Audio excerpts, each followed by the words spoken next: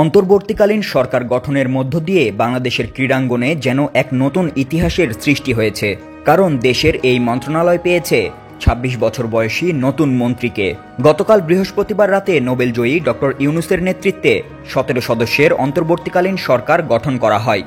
আর এরপর আজ শুক্রবার তাদের মধ্যে দপ্তর বন্টন করে দেওয়া হয়েছে, যেখানে যুব ও ক্রীড়া মন্ত্রণালয়ের দায়িত্ব পেয়েছেন ২৬ বছর বয়সী আসিফ মাহমুদ সজীব ভূঁইয়া। মন্ত্রিপরিষদ বিভাগের এক প্রজ্ঞাপনে এই তথ্য জানানো হয়। তবে কে এই ২৬ বছর বয়সী তরুণ আসিফ, যার কাঁধে তুলে দেওয়া হয়েছে দেশের ক্রীড়াঙ্গনের দায়িত্ব?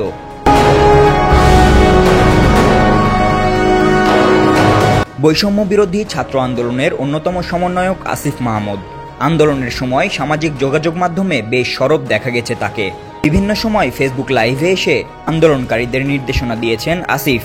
কোটা সংস্কার আন্দোলনের প্ল্যাটফর্ম বৈষম্য বিরোধী ছাত্র আন্দোলনের সমন্বয়ক থেকে অন্তর্বর্তীকালীন সরকারের উপদেষ্টা হয়েছেন তিনি।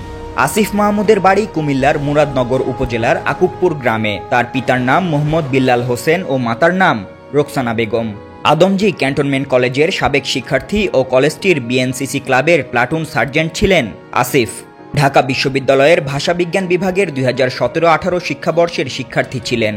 আসিফ গণতান্ত্রিক ছাত্রশক্তির কেন্দ্রীয় নেতা। ডাকসুর সাবেক সমাজসেবা সম্পাদক আক্তার হোসেনের নেতৃত্বে ২০২৩ সালের ৪ অক্টোবর আত্মপ্রকাশ করে দলটি।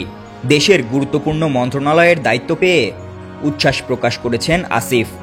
নিজের ফেসবুক অ্যাকাউন্টে লাল ব্যাকগ্রাউন্ডে দেওয়া পোস্টে লিখেছেন, যুব ও ক্রীড়া মন্ত্রণালয়।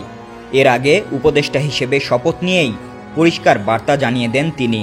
আরেকটি পোস্টে লেখেন, ব্যক্তিগত লাভের আশায় আবদার তদবির করা থেকে বিরত থাকুন, এতে করে আমার সাথে আপনার সম্পর্ক নষ্ট হতে পারে।